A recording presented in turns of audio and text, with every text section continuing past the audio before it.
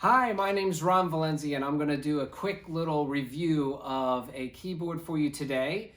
Just a little background on myself. I do play keyboards and piano and drums and a few other instruments here and there.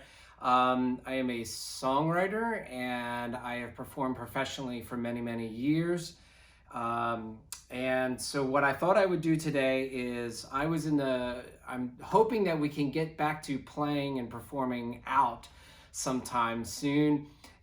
In doing so, I wanted to look for a different type of digital piano that I would be using.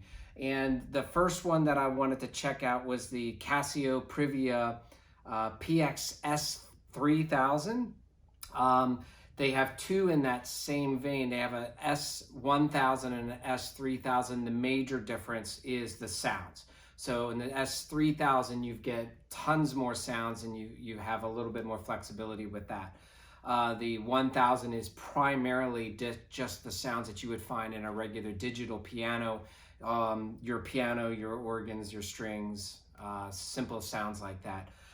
So I wanted to check this out, and the reason why I wanted to check this one out first is because it has onboard speakers. I wanted to be able to practice anywhere and not worry about setting up speakers, running wires, and doing all that kind of stuff. So I checked this board out. I've been playing it for about a couple of weeks now, and I've got a pretty good handle on it. The first things I want to point out are some of the obvious things, and we'll get more into depth in a few seconds. First of all, it is a sleek, slim design. This really is very thin. It's very slim, and it's very lightweight. You can pick it up very, very easily. It'll travel well. It is a strong, sturdy plastic. I will tell you that up front. Typically, when you find like a lighter instrument like this, and you start to think about the things like the quality and the build inside it and such like that. But you'll find that there's a lot of great things about this board. So what I'd like to do is during this video is I'd like to make sure that I'm very clear about what is a fact about this keyboard and what is my opinion or what use is it for. So I'll explain that as we go, but I want to make sure that that's very clear, that if it's something that's opinion oriented, I will make sure that it's very, very clear. So anyway, the sounds on this board, the first thing that you'll notice when you turn it on, and it's a simple little button right up at the top here, it's got good volume. The speakers have good volume. The first sound that comes up is a grand piano sound. You'll notice that a lot of reviews will plug in their keyboards directly into their video sources. I'm choosing purposely not to do that because I feel that you're buying an instrument with speakers in it. You want to hear what those speakers are going to sound like via video or what have you. I think it's important for you to know what those sounds are like. If you really want detailed sounds of what it sounds like in your headphones, there are tons out there, and there's tons out there through Casio where you can find out exactly what those sounds are like in a studio setting. Most of the time, I would imagine if you're buying a keyboard like this, you're gonna be playing with the speakers. So that's why I wanted to opt with this. So first of all, you do have like a rhythm section where there's all kinds of background accompaniment and stuff like that. And there's like a style of accompaniment that you can do with where it's one finger and you can have different chord going on and progressions. I'm not going to show you in depth about that because I feel that the technology for that stuff hasn't really changed all that much in the last many, many years. It's basically whatever, you can pick a rock feel, different types of rock feels, you can different type of different patterns, rhythmic patterns, and it'll play it for you. I want to talk about the other aspects of the board and the simple and the ease of use, and how you can learn from this keyboard. There's a lot of good learning tools about this. All right, so to dig right in, obviously the piano sound is really full. It's a very nice sound, and it sounds good in the headsets, which I hope you do get a chance to listen to at some point. The action on the board, we're gonna talk about a lot, okay? So the action on the board is very, very good. I've had Casio keyboards before. I've had Yamaha, I've had Korg, I've had Kawai, I've had Roland, I've had them all eventually. And I will say that this is one of my favorite actions of digital keyboards in this price range. Now, the price range for this particular board is $850, but when I'm talking about that, I'm talking about the $800 to $1,200 price range. When you're dealing with that price range, this particular keyboard action, I'm going to turn the volume down, is fantastic. It's solid. It does get a little heavier when you go down to the lower notes, as a real piano would, and it gets a little bit lighter up here. I noticed that the black keys are just, in general, a little bit lighter. It's not a big worry at all. If you're a trained classical pianist, I don't know that you want a digital piano in this style or for this price range. But I still feel that you will love it regardless, because I feel that the action is very, very close to a real piano, which is another reason, Casio, I think, got labeled early on as being more of a toy company. I think they've done a really great job of putting out some professional grade equipment, and this is one of them. So obviously it's got your piano sounds, you got your electric piano sounds.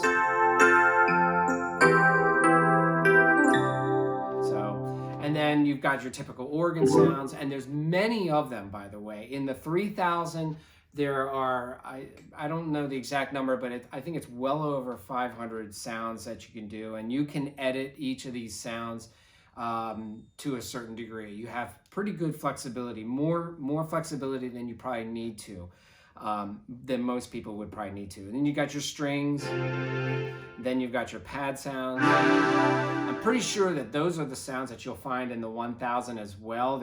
It's going to be the same sound engine. It's going to be the same action. But the difference here is the others. This has many, many, many different sounds that aren't normally in there. They've got your guitars and your basses and stuff like that, but then they've got some, your brass. Okay. I can only play a little bit of that before we get into copyright issues. So it's got a lot of nice brass tones and stuff like that. And like I said, there's a ton of videos out there that'll help you get into all that. But I just wanted to kind of give you an overview of what you'll find. You'll find your entire symphony full of sounds in here. I'm just scrolling through this. I'm already at sound 175, and it just goes on. It just really, really goes on. You got like synthesizer, if you want to journey back to the 80s, pun included. All right, so anyway, this is a really, really nice board. The action is really, really nice. The piano sounds are fantastic. It's an easy little menu system, which I'm going to show you a close-up of in a few seconds. I want to draw your attention to the buttons that you have, the control that you have. So I'm going to move my camera a little bit closer so you can see what's going on. So what you have here is your power, and then you have a distinct, like a pedal, like a start-stop pedal insert button, and you can have complete control over that. You can go internally and change that to a start-stop or a second expression pedal for all kinds of different effects that you have on board. These are line outs that if you want to run this on a stage with a band and you want to have a different signal going out, this would be ideal. Has an auxiliary in. It's one of the 1/8 inch style, which you can plug straight from your maybe your iPad or something like that directly into it. But we're going to talk about iPad connection in a few seconds. So if you're interested in Bluetooth technology and what this can do, hang out with me a little bit longer, because I'm going to get into that a little bit. Then it's got like a a pedal unit insert connector here. And what that does is, if you want to buy a Casio, I think it's 3-pedal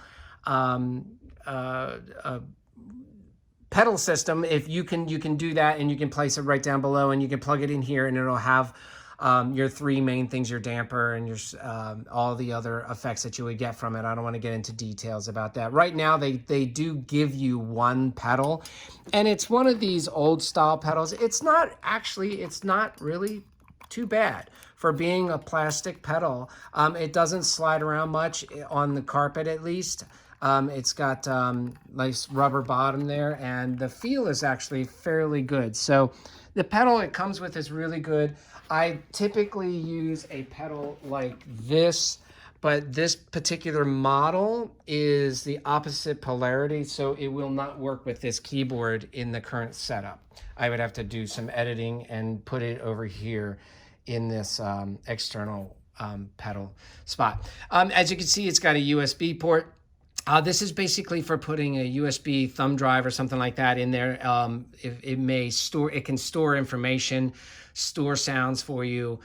You can update the firmware. You could do a lot with this. I believe you can actually put wave files or sound files on here and play along with them, though I have not done that yet. I know that many keyboards do that, so I believe that's what that is for. And this is what we're going to venture into next. This is an old USB technology that's still being used, and it's still very standard amongst keyboards today. All professional keyboards they use this kind of technology, basically because Bluetooth has a little bit of latency, and there's a little bit of a drawback with Bluetooth technology for right now. So this keyboard is Bluetooth. The main reason you would want to do that is to maybe to bypass the auxiliary. Basically, it would just be sound that you can put through to the keyboard if you want to play along with your favorite songs and your favorite tracks. That's the main part of the Bluetooth. Now let's look at the menu really quick, and then we'll get into, I'll show you the actual iPad and how it hooks up with it. So as I mentioned before, it's just a really nice sleek black finish. If you are doing performances, you can actually turn off all these lights. It's really kind of cool because then it just has the black surface. And it looks really, really nice. So the menu here, you've got your rhythm section and your accompaniment and your song. It's very easy. Where these two lines are, which is kind of an interesting little thing, that's where you would change the setting. There's song mode, there's rhythm mode. You could do your introduction, your normal fill-in. These are things that you normally find in a lot of home-style digital pianos. The technology in sound has improved, but as far as capability, they're pretty much the same. The screen is a pretty small size for nowadays, but it's really more than what you need for now, especially with the capability that I'm going to show you with the iPad. And then obviously over here again, where you see the two lines is where you actually touch. You don't actually touch where the symbol is, and that's for the up and down, and that will change your sounds very easily. You can go up and down, wherever you want to go. If you just want to recall the piano sound that you were just on, you would go over here and select that piano sound, and it puts you back at your favorite piano. Sound mode, this is kind of interesting. The tempo button, I would assume, is pretty common sense. Sound mode is kind of interesting. So you've got three modes. You have, without these lights, it's more of a monotone. Sure you're going to be able to hear much of a difference. And then this first one seems to be stereo. Okay. Then the third one, they call it surround or some terminology like that. But it does add a little bit of almost like a chorus effect to it. It gives it a nice fuller sound. I typically will play in that mode most of the time. And then you've got your record button. If you want to write your own song, if you want to sit there and record, you can do so. Now, this is a part of the menu that, in my opinion, is not well thought out. Your function button is over here, but it changes the menu to the right. I think there could have been an easier way to do this. It doesn't look too bad right now because I've been working with it for a while, but when you first open it up, you're like, what? Why is it? Okay. Anyway, that's just an opinion. As far as the workability, it works great. Okay. It's just an opinion that I didn't like that. Anyway, so right now we have it on tone mode, which is just you just play through the tones, and you've got all these categories. You've got piano, E-piano, organ, strings, pad, other. The other really is where a big, large stock of sounds are, and they're beautiful. It's the sound engine in this thing is fantastic. Okay, the function also takes you down to rhythm section. If you want to try different styles of rhythms, and obviously you can read what's going on the screen. If you hit the function button again, that's when you start getting into changing the sounds. DSP is basically your signal processor. So you can go in and change things like EQ or effects and all kinds of cool things like that. You can also assign knob here. You can assign knobs, and we'll talk about that in a second. Arpeggio and arpeggiator. And then you've got your split where you can split the keyboard, in half or whatever you want to do there. And you can also layer it. So you can actually get 3 sounds working at once. For example, if you layer, like, let's say a piano and string here, I'm not sure it'll do that. I wonder if it'll let me. Yeah, piano and string.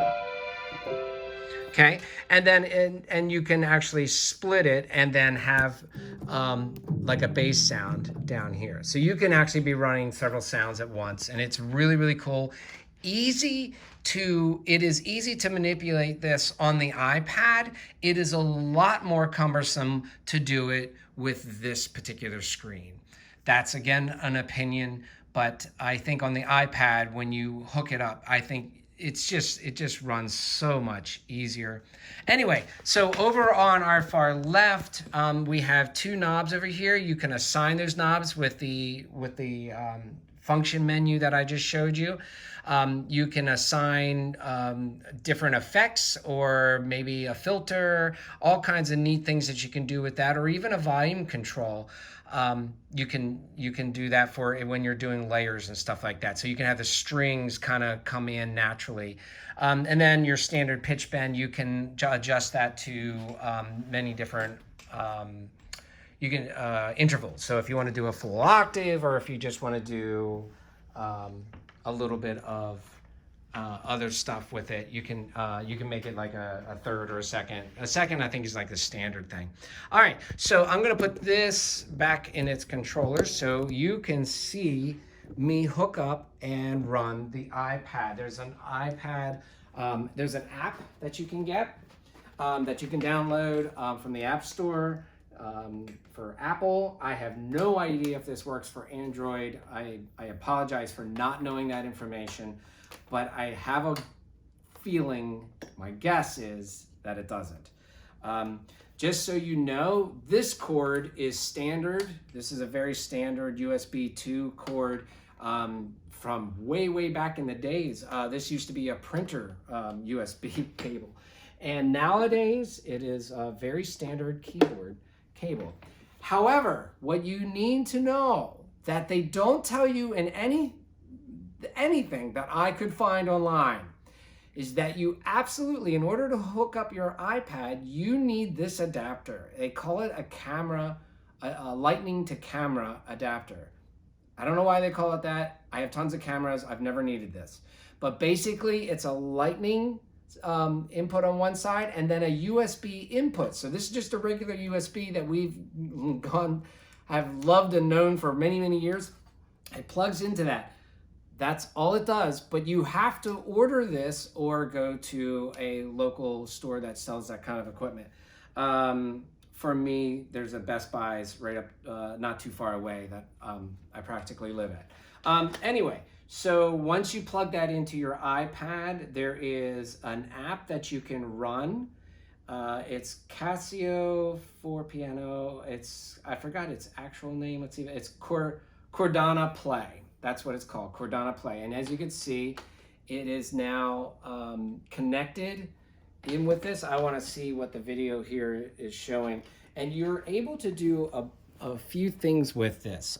There are some videos that give you details about every little thing that you want to do, but I'm just going to go into it for some basic stuff. So this is a remote controller, and basically this is your sound and your settings and stuff like that.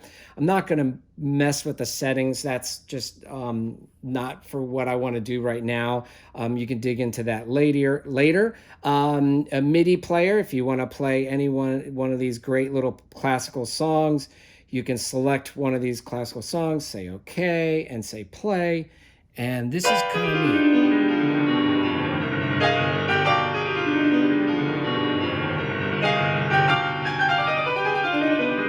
So just like a player piano from the old days, and you can see where this where the keys line up with the notes up here. Now, some people think that that's a learning tool. It's very much like some games that you may have seen, Guitar Hero type thing.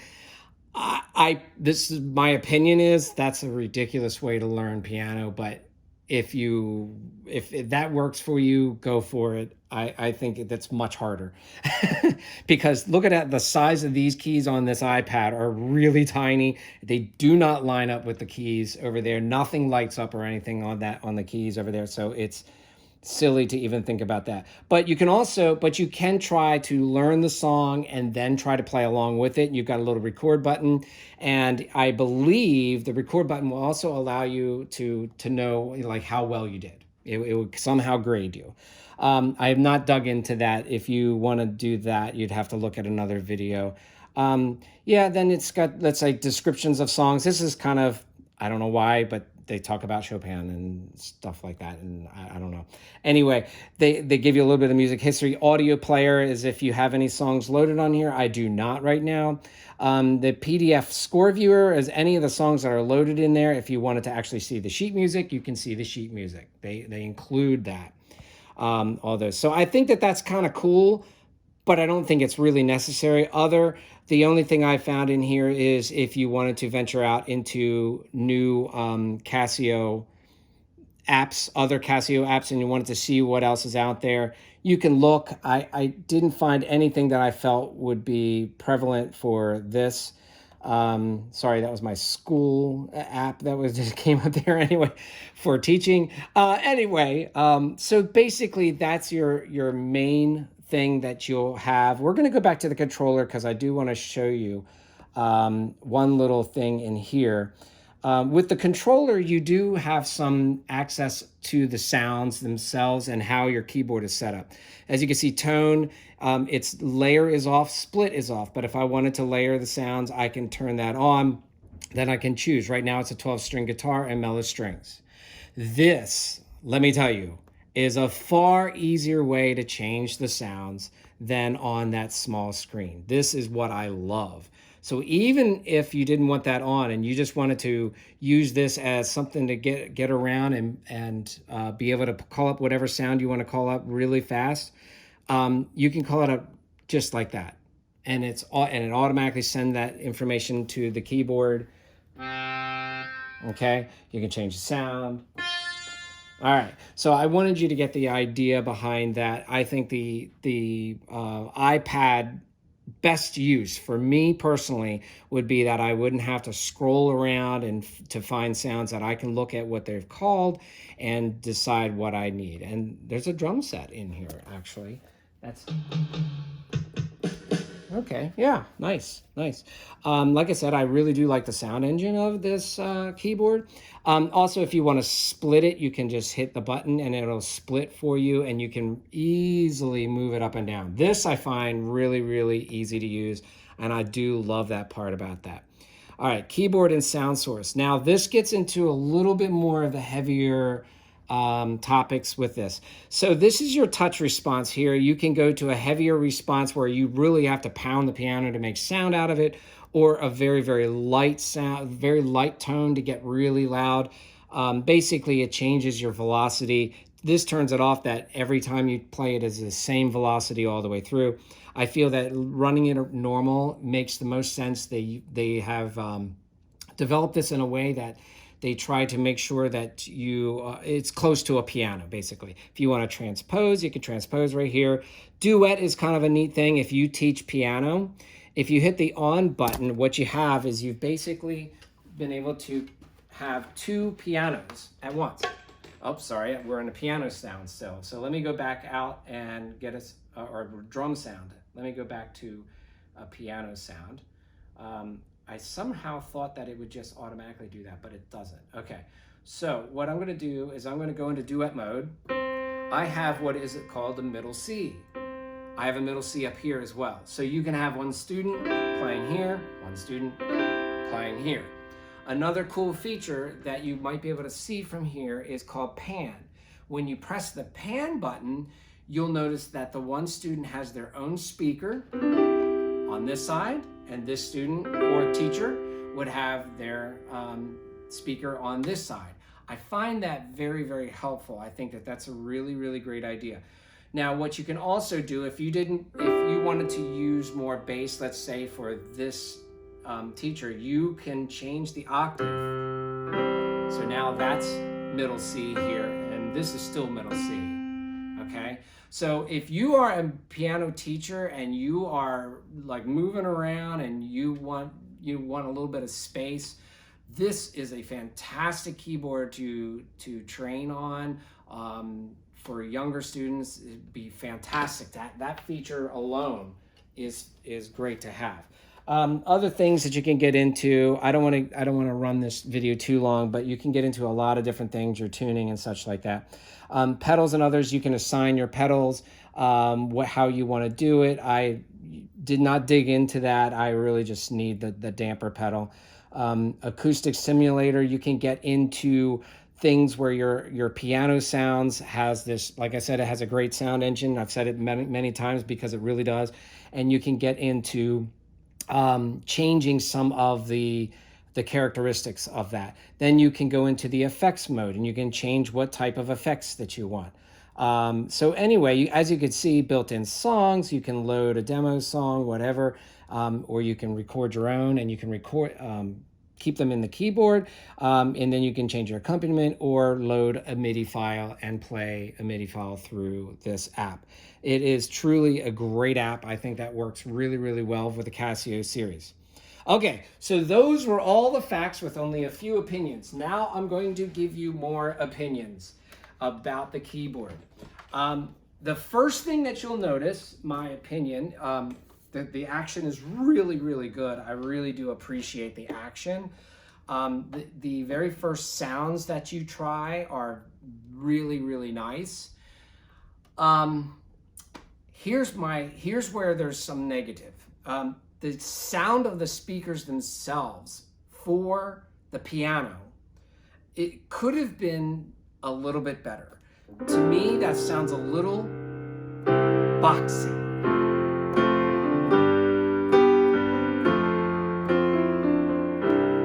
Sounds very boxy, where I'm used to other models having just a little bit more clarity with their piano sounds.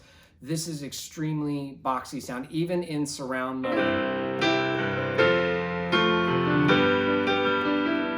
So the good news about the speakers is that they're very, very loud. They're very strong. In a lot of settings, you probably wouldn't even need a monitor system. But if you're playing with a live band with a live drummer and all that other stuff, then yeah, you'll need monitoring anyway. I believe this only comes out to like 20 some watts or so. You can look that up. I'm sorry I don't have that information for you. But anyway, more about my opinions about this. I think the speakers are the only thing they should have invested a little bit more time and money into. I think the reasons that they went with these speakers is because of the weight. Because obviously if you're going to get a fuller range speaker which has a deeper bass and a little bit more highs, you're going to need a heavier speaker, and I feel that they really were weight conscious about this and they wanted this to travel well. I think that was pretty much their thought process, and I'm assuming a lot there, but I really feel that if they had better speakers, I would love it more. Now the good news is with your electronic pianos, these speakers work really, really well. They're very MIDI sounds, they're very clear. Okay, so electric pianos, the organ sound okay through the speakers. Yeah, you could probably play a church service or something like that if you wanted to. But anyway, so that's the only downside to this entire board to me for its price range is the speakers. If you are not bothered by a little bit of that boxier sound with the pianos, it is a fantastic board and I would strongly recommend it. It really is great. And one other benefit that this particular board has, that I have seen very little of in a quality board in this price range is the battery. I believe it runs off of 6 AA batteries. So you could buy a set of batteries and, buy the rechargeable kind. Why wouldn't you? And then you can use this outside. You can take it anywhere you want. It's light enough that you can take it anywhere, everywhere. So why not use the batteries when you can? So, and it'll give you some flexibility. Another thing that's important to note that you were probably wondering like 10 minutes ago, it does come with a music stand. I just didn't have that up, so we would be able to see the menu a little bit clearer. But the stand, I find, is really, really well done. It's really well thought out. There are a lot of models of pianos that just don't have a good stand. You put a book on it and it just falls right over. I feel that this one is very strong. This feels like this might be a metal of some sort, and then this is plastic, but it's really sturdy. It is not going anywhere. So anyway, that is my generic review, just your basic run through of what this board can do. If you have any comments or questions, if you want me to go in more in depth about anything, please comment below. Please let me know what you think and subscribe to the channel. I've got a couple more reviews coming up, and I hope that you come back and check them out as well. But again, for $850, this is a fantastic keyboard for learning, for even amateur, and some professionals can find really great use out of this. This does plug into any of your digital software that you would use on your professional software, Logic or anything, any of your computers that you want. So it works really, really well for that as well. I think that's all I wanted to cover today. So thank you so much. If you have any other questions, please, like I said, put them down below and I'll respond to them as quickly as possible. For now, thanks a lot. See you later.